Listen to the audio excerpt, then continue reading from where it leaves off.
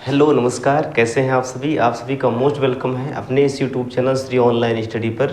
भौतिक विज्ञान की क्लास में हम लोगों ने जो है ऊष्मा चैप्टर की शुरुआत की थी। ऊष्मा चैप्टर में हम लोगों ने ऊष्मा के बारे में पढ़ा था कि ऊष्मा क्या होती है और ऊष्मा संचरण की विधियों के बारे में हम लोगों ने बात किया है। आज का टॉपिक रहेगा टेम्परेचर या ताप। ऊष्मा और ताप में अंतर मैंने आपको बताया था कि ऊष्मा जो होती है एक प्रकार की ऊर्जा है और ये अधिक ताप से कम ताप की ओर प्रवाहित होती है। लेकिन टेम्परेचर क्या होता है? ताप एक भौतिक कारक है। ताप एक भौतिक कारक है जिससे किसी वस्तु के गर्म या ठंडे होने का पता चलता है। जिससे किसी वस्तु के गर्म या ठंडे होने का पता चलता है। गर्म या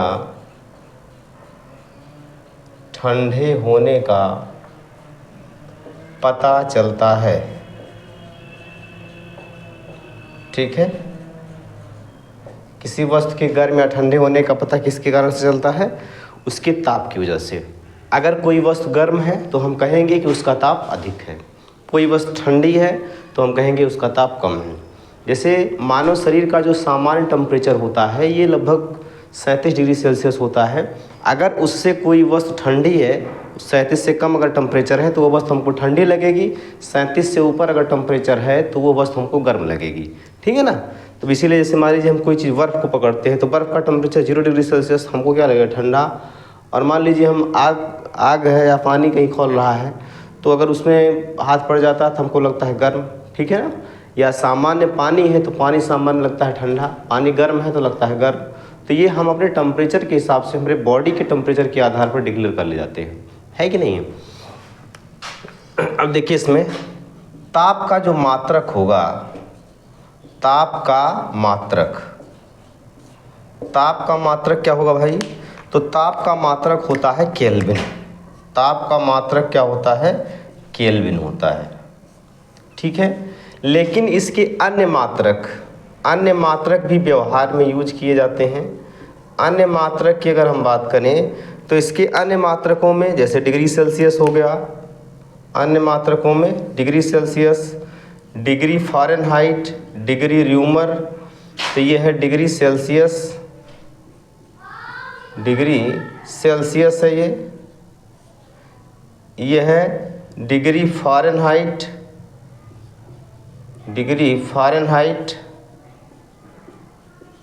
और ये है डिग्री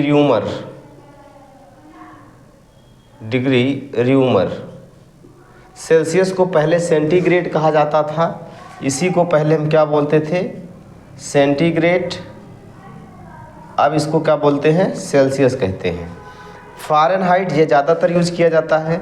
र्यूमर पैमाना ये यूज़ में नहीं है, र्यूमर पैमाने का वर्तमान में यूज़ नहीं है। क्लियर हुई बात? अब आगे देखिएगा कि मानव शरीर का जो टेम्परेचर होता है ये कितना होता है और किस आधार पे हम जानते हैं। तो अगर हम मानव शरीर का ताप देखें, मानव शरीर का ताप अगर आपसे पूछा जाए कि मानव शरीर का टेम्परेचर कैसे मापेंगे तो किस पैमाने में आप माप रहे हैं उसी के अकॉर्डिंग बताना है। तो जैसे मान लीजिए आप डिग्री सेल्सियस में माप रहे हैं तो लगभग 37 डिग्री सेल्सियस इसमें होता है। अगर आप फ़ारेनहाइट में माप रहे हैं तो 98.6, ठीक है ना, 98.6 डिग्री फ़ारेनहाइट। अगर आप इसको र्यूमर में माप रहे हैं तो ये लगभग जो है 29 के करीब आता है, 29 डिग्री र्यूमर के करीब आता है। और अगर आप इसको केल्विन में मापते हैं, सपोज करिए आपने इसको केल्विन में मापा तो इसका मान होगा 310 केल्विन।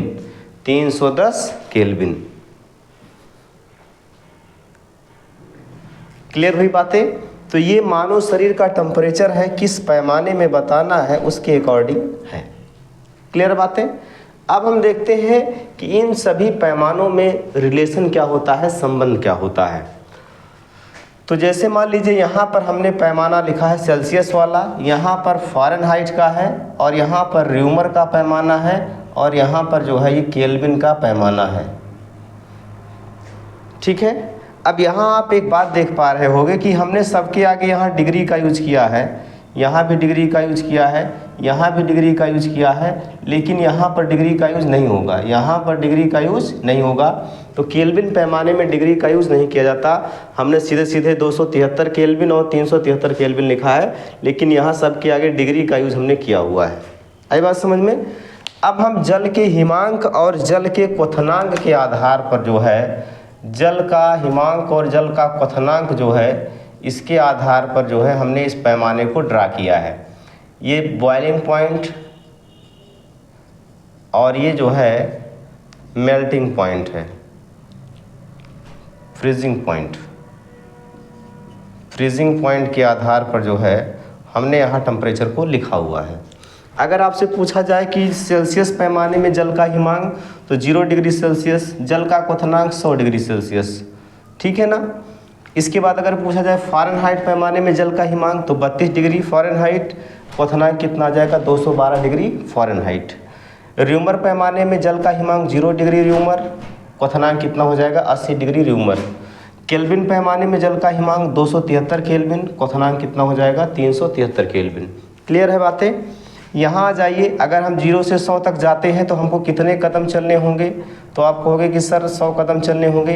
इसका मतलब इसमें खानों की जो संख्या होगी वो कितनी होगी भाई, तो यहाँ पर 100 खाने हैं। कितने खाने हैं, 100 खाने हैं, ठीक। यहाँ पर खानों की संख्या कितनी है, कितने गैप हैं इनके बीच में, तो 100 हैं। यहाँ कितने आ जाएंगे, 32 से लेकर जो है 212 तक, इसमें कितने खाने होंगे, तो इसमें 180 खाने होंगे। कितने खाने होंगे, 180 खाने होंगे। 0 से लेकर 80 तक अगर पहुँचेंगे हम, तो 0 से 80 तक जाने के लिए कितने खाने होंगे यहाँ पर, तो यहाँ पर जो खानों की संख्या होगी वो 80 होगी। यहाँ कितने खाने, 80 खाने। खानों की संख्या भी पूछा गया है, याद रखिएगा। यहाँ 273 से 373 जाने के लिए कितने खाने चलने होंगे, तो आप कहोगे सर यहाँ से 100 खाने चलने होंगे। यहाँ भी कितने खाने चलने होंगे, तो यहाँ भी आपको 100 खाने चलने होंगे, ठीक है ना। तो यहाँ सेल्सियस और ये केल्विन जो है, इसमें दोनों में 100 खाने होते हैं। फ़ारेनहाइट में 180 और ये जो है इसमें र्यूमर में 80 खाने होते हैं। र्यूमर पैमाने का यूज़ नहीं है, इसके बारे में विशेष बात नहीं करेंगे, ठीक है। चलिए, अब अगला सवाल क्या पूछेगा आपसे कि इनमें रिलेशन क्या होता है, इनमें संबंध क्या होता है, इसको देखिए। अगर हम इन पैमानों के बीच के संबंध को देखें, तो यहाँ देखिएगा जो है केल्विन सेल्सियस पैमाने में C-0 अपान कितने खाने हैं, 100 खाने हैं यहाँ पर। ये बराबर किसके हैं, यहाँ जो है फ़ारेनहाइट है, इसमें से हम किसको घटाएंगे, ये जो इसका शुरुआती अंक है, बटे कितने खाने हैं इसमें 180। यहाँ पर देखिए शुरुआती अंक कितना है भाई, तो ये र्यूमर पैमाना है, शुरुआती अंक 0 है, अपान कितने खाने हैं 80 खाने। ये जो है केल्विन पैमाना है, तो K माइनस शुरुआती अंक कितना है 273 केल्विन, अपान कितने खाने हैं 100 खाने। समझ में आया कि नहीं। मतलब जो पैमाना है उसको हमने लिख दिया और जहाँ से शुरुआत हो रही है उसको माइनस कर दिया, ठीक है। और बटे खानों की संख्या हमने लिख दी, कितने खाने किस पैमाने में होते हैं। तो इसमें देख रहे हो 100 खाने, इसमें 180 खाने, 80 खाने और 100 खाने। अब यहाँ सबको 0 हम काट सकते हैं, बिल्कुल काट सकते हैं, कोई दिक्कत नहीं है। तो यहाँ से हम क्या लिख सकते हैं, C अपान, अच्छा 2 से भाग भी कर दीजिए, 2 पंचे 10, 2 नवा में 18, 2 चौके 8 और 2 पंचे 10, और सरल हो गया। तो C अपान 5 हो जाएगा। यहाँ से जो है F माइनस 32 है, F माइनस 32 अपान कितने खाने हैं, तो 9 खाने। और यहाँ पर R बटे 4 और यहाँ पर क्या हो जाएगा K माइनस 273 अपान कितना हो जाएगा भाई 5। तो ये सभी प्रकार के पैमानों के बीच में एक रिलेशन यहाँ पर आपको पता चल गया कि इसके आधार पर हमको कैसे क्या निकालना होता है, ठीक। अब अगर किसी पैमाने में आपको बदलने के लिए कह दिया जाए तो आप यहाँ से बड़े आराम से बदल सकते हैं, कोई दिक्कत नहीं है। तो एक सवाल यहाँ से बनता है कि जो है कि किस पैमाने पर जो है, किस मान पर, यहाँ मान का मतलब पैमाना, डिग्री सेल्सियस और डिग्री फ़ारेनहाइट का मान समान होता है। का मान समान होता है। तो इसका जो आंसर होता है वो होता है -40 डिग्री सेल्सियस। अब हम यहाँ से इसको करके देख सकते हैं कि -40 डिग्री सेल्सियस पर जो है फ़ारेनहाइट और सेल्सियस पैमाने का मान क्या होगा, समान होगा।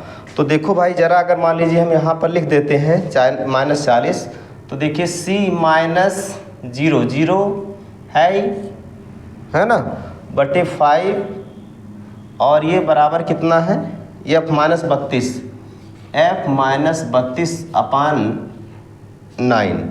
यहाँ पर हम मान लिखने वाले हैं कितना, -40। अगर हम यहाँ पर मान लिख दें -40 तो क्या हो जाएगा, -40 - 0/5 इज इक्वल टू -40 - 32/9। ठीक है ना। तो यहाँ क्या हो जाएगा फिर फाइनली ये